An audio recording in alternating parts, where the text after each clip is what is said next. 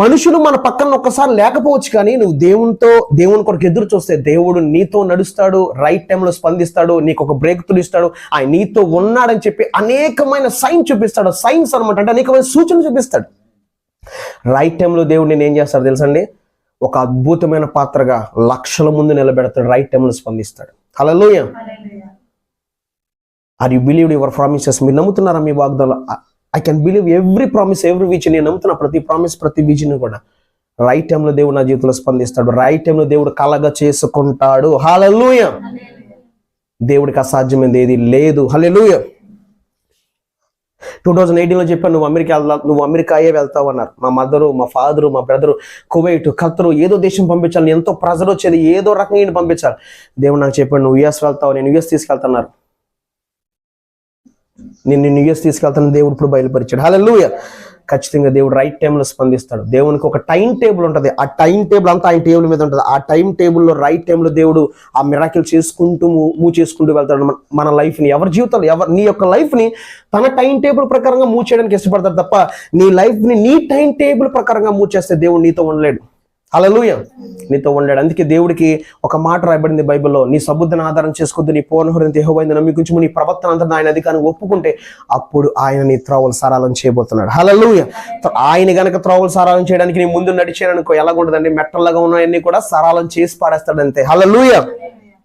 నీకు ముందుగా అడ్డుగా ఉన్న ఎలాంటి సాతాను నుంచున్నా సరే యేసయ్య కన్నెర్ర చేస్తే చాలు పారిపోతాడు అపవాది. హల్లెలూయా. అందుకే బైబిల్లో మనకు కూడా అధికారం ఉంది, శీఘ్రముగా మీ కాళ్ళ కింద సాతాను చితక తొక్కించిన ఉంది. హల్లెలూయా. నీ విశ్వాసము ద్వారా నువ్వు అనగదొక్కాలండి, నీ యొక్క నిరీక్షణ ద్వారా, నీ యొక్క దేవునితో వెంబడించే విధానము ద్వారా అపవాదిని గడగడలాడించాలి. గుర్తుపెట్టుకోండి. ఆడికి భయపడ్డాను కాదు, దేవుడు నేను యేసు రక్తం ద్వారా కడబడి సంఘంలో నాటింది. యేసయ్య అంటున్నాడు, నీకు శత్రువు అంతటి మీద నీకు అధికారం ఇవ్వబడింది. గుర్తుపెట్టుకో. హల్లెలూయా. నీ సమస్యతో చెప్పు, యేసు నామములో మారిపో అని చెప్పు. నీ రోగంతో చెప్పు, యేసు నామములో స్వస్థత కలుగునుగాక చెప్పు. నీ మినిస్ట్రీకి చెప్పు, యేసు నామములో ఈ మినిస్ట్రీ నీ చిత్తానుసారంగా ఎస్టాబ్లిష్ అవును గాక, అభివృద్ధి అవును గాక, అనేక గొర్రెలతో నింపబడును గాక. నీ ఫేత్ ని కన్ఫర్స్ చేయి, బయటికి కన్ఫర్స్ చేసి బయట అపనమ్మక జరుగుద్ది. ఏంటి ఎలాగంటే దేవుడు అంటాడు, సరే రా బాబా నువ్వు చెప్పావు కానీ లోపల అసలు నువ్వు అన్బిలీవ్ అనమాట, అంటే నమ్మలేదు కదా, అపనమ్మిక. నువ్వు దాన్ని నమ్మినప్పుడు దాన్ని ఏం చేయాలి, కన్ఫర్స్ చేయాలి. కన్ఫర్స్ చేయడం అంటే బయటికి చెప్పాలి, నమ్ముతున్నాను అంతే. నేను యేసు నామములో దేవుడు నన్ను వాడుకుంటాడంతే, యేసు నామములో బ్లెస్ చేస్తాడంతే, యేసు నామములో నాకు పిల్లలు ఇస్తాడు దేవుడు అంతే. యేసు నామములో, యేసు నామములో నన్ను ఒక బలమైన పాత్రగా చూపిస్తాడు. యేసు నామములో నన్ను ఇంకా నా ఆయుష్ని ఇంకా పెంచుతాడు. నా పిల్లల నేను చూడబోతున్నాను యేసు నామములో. ప్రభు అన్నాడు కదా, నిశ్చయముగా నీ పిల్లల నీవు చూచెదవు.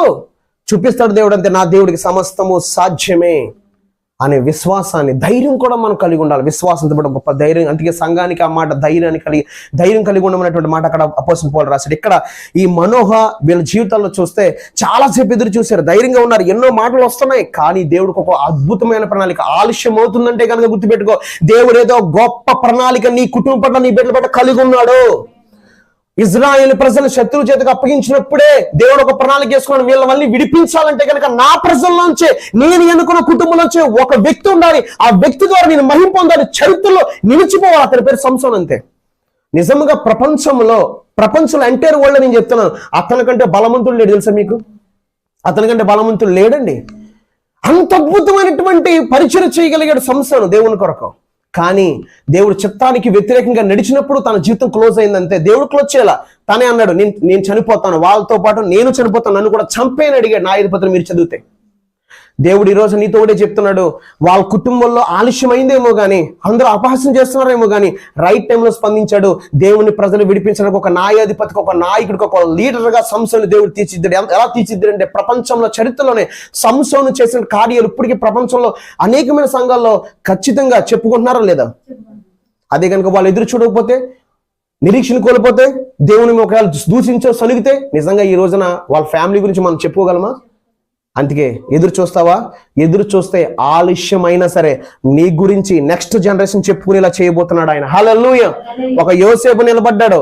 యోసేపు గురించి తరతరాలు కూడా అనేకమైన జనరేషన్ల వ్యక్తులు, పలానా వ్యక్తి యవ్వనస్తుడు నిలబడ్డాడు, దేవుడు తోడే ఉన్నాడు, దేవుడు ఇశ్రాయేలు ప్రజలకు అతని ద్వారా గొప్ప పోషణ ఇచ్చాడు, ఇలా జరిగింది ఎందుకు చెప్పుకోగలుగుతున్నారంటే దేవుని కొరకు ఎదురు చూశాడు, దేవునితో నడిచాడు, పాపము చేయలేదు, రైట్ టైంలో దేవుడు స్పందించాడు. నీ జీవితంలో కూడా రైట్ టైంలో స్పందిస్తాడు. Are you believe are you believe word of God? Every believer మీరు దేవుని వాక్యాన్ని నమ్మితే మీరు ఈ రోజున మోకరించి ప్రార్థించండి. ప్రభా, మనోహ జీవితంలో వాళ్ళ జీవితంలో ఆలస్యమైతే అయింది, కానీ ఒక అద్భుతమైనటువంటి దీవెన అతను వాళ్ళ కుటుంబాన్ని అనుగ్రహించావు దేవా. నీ ప్రజలను విడిపించడానికి వాళ్ళ కుటుంబాన్ని ఎన్నుకుని వాళ్ళ గర్భఫలాన్ని ఎన్నుకున్నావు. ఈ రోజున ఎంత అవమానం అయితే వచ్చిందో దానికి రెట్టింపు ఘనత ఇజ్రాయెల్ ప్రజల్లోనే మనోహ కుటుంబానికి ఇవ్వగలిగాడు దేవుడు. హల్లెలూయా. నీవు కూడా నమ్మి కూస్తే, ఎదురు చూస్తే రైట్ టైంలో స్పందిస్తాడు. నీకు కూడా ఎక్కడైతే నిన్ను బట్టి అవమానం వచ్చిందో దేవునికి, ఎక్కడైతే నిన్ను బట్టి శోధనలు వచ్చాయో, ఎక్కడైతే నిన్ను బట్టి నీ కుటుంబానికి చల్లా చెదిరిపోయిందో అక్కడే నిన్ను బట్టే దేవుడు మహిమ పొందుతాడు. హల్లెలూయా. నమ్మి కూసుదామా? అందుకే నా 5:13 కూడా ఒకసారి మనం చూసుకుని ముగించేసుకున్నాం. ఇజ్రాయెల్ మరలా యెహోవా దృష్టికి దోషులు కాగా యెహోవా 40 సంవత్సరాలు వాళ్ళని ఫిలిష్తీయుల చేతికి అప్పగించినట్టుగా మనం చదువుకున్నాం. ఆ కాలమున దాను వంశస్థుడును బొరియా పట్టణస్థుడు మనోహాను ఒకడు ఉండేను. అతని భార్య గొడ్రాలే, కానుపు లేకుండా. అతని భార్య ఏం లేదంటండి, గొడ్రాలట. అందరూ ఏమంటారు, గొడ్రాలండి బాబు, వాళ్ళకి పిల్లలు లేరండి అని సింపుల్ గా తీసేస్తారు. అవునా కదా? గొడ్రాలావిడి, అవునా కదా? చెప్పండి గట్టిగా. ఎన్నిసార్లు గాయపరచబడుతుంది మనసు, వాళ్ళకి ఆ పిల్లలు లేరు, కానీ అందరిలాగే భక్తి చేస్తున్నామే, అందరిలాగే సన్నిధి కూడా వెళ్తున్నాం కదా. కానీ దేవునికి ఒక ప్రత్యేకమైన దేవుని ప్రణాళిక ఉంది. హల్లెలూయా. చూడండి, యెహోవా దూత ఆ స్త్రీకి ప్రత్యక్షమే, ఇదిగో నీవు గొడ్రాలువు, నీకు కానుపు లేకపోయాను, అయితే నీవు గర్భవతి కుమారుని కందువు. హల్లెలూయా. కానీ ఏం చేస్తావు చూడండి ఒక్కసారి. అయితే నీవు గర్భవతి కుమారుని కందు, కాబట్టి నీవు జాగ్రత్తగా ఉండే ద్రాక్షరసమైన మద్యం నేను త్రాకుండము, అపవిత్రమైన ఏదో తినకుండము. నీవు గర్భవతి కుమారుని కందువు, అతని తల మీద మంగళగత్తి వేయకూడదు, ఆ బిడ్డ గర్భం పుట్టింది మొదలుకొని దేవునికి నాజీరు చేయబడినవాడే. హల్లెలూయా. ఫిలిష్తీయుల చేతుల నుండి ఇజ్రాయెల్ను రక్షింప మొదలు పెట్టానని చెప్పాను. హల్లెలూయా. ఫిలిష్తీయుల చేతుల్లో నుంచి ఇజ్రాయెల్ ప్రజలు ఏం చేస్తారంట? రక్షించబోతున్నాడు ఆ వ్యక్తి రక్షించబోవడమే కాదు, అతడు పుట్టినతో మొదలుకొని దేవునికి నాజీరు చేయబడ్డాడని చెప్పేటువంటి మాట అక్కడ చూస్తున్నాం. కొన్ని దినాల దాకా అవమానాలు, నిందలు, కానీ ఆ తర్వాత అద్భుతమైన ఘనత. హల్లెలూయా. నీ జీవితంలో కూడా ఇప్పుడు అవమానాలు ఎదుర్కొంటున్నావేమో, నిందలు ఎదుర్కొంటున్నావేమో, చేయని తప్పక రకరకాల మాటలు నీ మీదకి వస్తున్నాయేమో, కానీ ఒక దినాన నువ్వు ఖచ్చితంగా దేవుళ్ళు నిలిచుంటే రైట్ టైంలో స్పందించి నీ జీవితంలో చేయాల్సింది చేసి ఆయన అంటే ఏంటో నీ ప్రత్యర్థులకు చూపిస్తాడు. నీ ప్రత్యర్థులు అంటే ఎవరు? నీ శత్రువులకి. ఎవరండి నీ ప్రత్యర్థులు అంటే? నీ శత్రువులకి. రైట్ టైంలో స్పందించే దేవుడు. మోకరించండి, ప్రార్థన చేసుకుందాం.